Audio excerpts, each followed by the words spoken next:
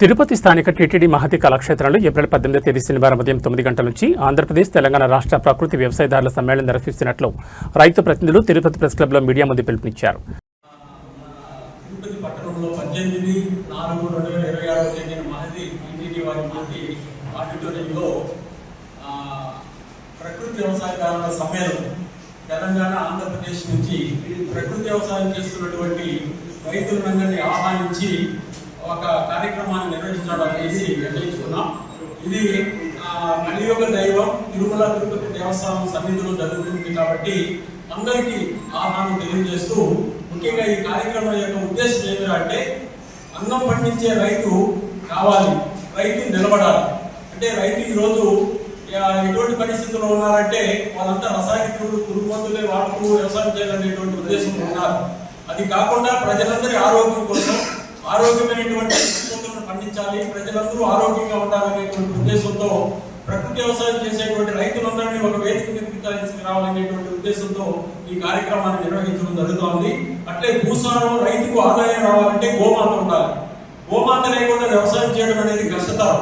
పురాతనంగా జరుగుతున్నటువంటి వ్యవసాయాన్ని మనం మళ్ళా ఆలోచించి అటువంటి పద్ధతులను మనం ఆలోచించి రైతులకు బోధించి ఆ భూమి ఆరోగ్యంగా ఉండడానికి ఆవు పేడ పంచదమే అమృతం అనేటువంటి విధానాన్ని తీసుకుపోతున్నాం. అందువల్ల అందరినీ ఆహ్వానిస్తున్నాం ఈ కార్యక్రమానికి. ఇది మనం పండించేటువంటి ఆహారం కూడా అమృత ఆహారంగా ఉండాలి. అంటే రైతులు పండించేటువంటి ఆహారం కొన్ని కోట్ల మంది తింటూ ఉంటారు. అందరూ ఆరోగ్యంగా ఉండాలంటే రైతు ఆరోగ్యమైనటువంటి ఆహారాన్ని మాత్రమే పండించాలి, రసాయనిక ఎరువులు పురుగు మందులు లేకుండా పండించాలి. అందుకు గోమాత ఆధారం కావాలి. గోమాత నుంచి వచ్చేటువంటి పేడ పంచతం భూమికి అమృతం. అదేవిధంగా ఆవు నుంచి వచ్చేటువంటి పంచిగవ్య, ఆవు పాలు పెరుగు నెయ్యి మనకు అమృతంగా మనం భావిస్తూ ఉండాలి ఎప్పుడు. అదేవిధంగా వినియోగదారులందరికీ కూడా ఆహ్వానిస్తున్నాం ఈ కార్యక్రమానికి. అంటే రాబోయే కాలంలో మేము ఇటువంటి ఆహారమే కావాలి మాకు అన్నప్పుడు రైతులు కూడా పండించడానికి ముందుకు వస్తారు. కాబట్టి వినియోగదారులు కూడా ఎక్కువ రోడ్డు ఉంది కార్యక్రమంలో. అందువల్ల తిరుపతి అంతా తిరుగుతూ ఈరోజు రేపు వినియోగదారుని అంతా ఆహ్వానిస్తూ మీరు రైతుల్ని ఆదరించండి, మీరు రైతులను ప్రోత్సహించండి ఈ ఉద్దేశంతో వస్తున్నారు. కాబట్టి రైతులందరూ కూడా వారు పండించేటువంటి ఆహారం ఆరోగ్యంగా ఉండాలనేసి వినియోగదారులు కూడా కోరాలి.